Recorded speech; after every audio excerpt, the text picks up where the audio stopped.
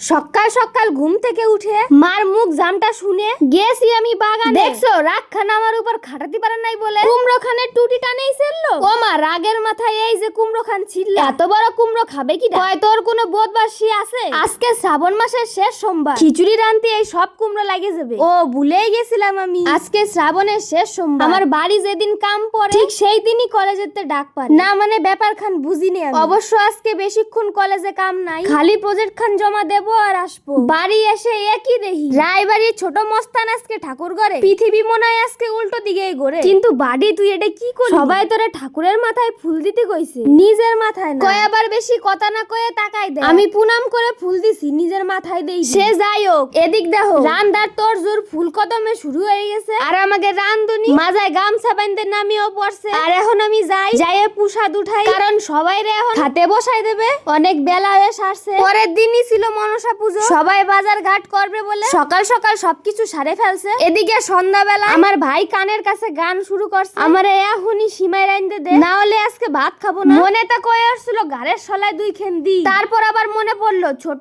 ভাই আবদার করছে বানাই এই দি। তো বন্ধুরা আজকের ভিডিও খান তোমাদের কাছে কেমন লাগলো অবশ্যই কিন্তু কয়ে যাই, আর ভালো লাগলে তোমাদের ওই সুন্দর আঙুল খান দিয়ে একখান লাইক আর ফলো করে দিও। এখনকার মতন বাই, দেখা হবে পরের ভিডিওতে।